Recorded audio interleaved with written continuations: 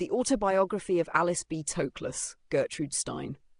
Gertrude Stein's The Autobiography of Alice B. Toklas is not in fact written by Alice B. Toklas. It is Stein's own voice, wearing Toklas's mask. Through this playful inversion, Stein recounts her life, her art, and her circle of extraordinary friends in early 20th century Paris, blending fact, wit, and self-mythology into one of modernism's most distinctive memoirs.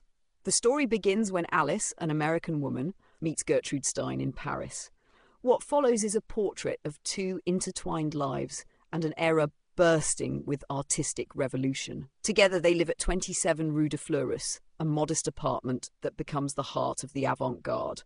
The walls are covered in paintings by Picasso, Matisse, Cézanne and others who, at the time, were unknown but destined for greatness. Writers, painters and poets gather there for conversation, laughter and argument, the Saturday evening salons that would help define modern art. Through Toklas's voice, Stein chronicles their friendships and rivalries with keen, often mischievous observation. Picasso appears as a genius both brilliant and difficult, Matisse as passionate and proud. Hemingway, young and eager, learns from Stein's certainty. She calls him a good pupil. Paris in those years feels alive with invention, and Stein places herself without apology at its centre. The narrative moves through the First World War, where Stein and Toklas drive supply trucks for the French army, to the post-war years when the modernist movement blossoms and Stein's own reputation begins to rise. Yet for all its famous names, the book is as much about partnership as art. Beneath the sharp humour and glittering anecdotes lies a love story.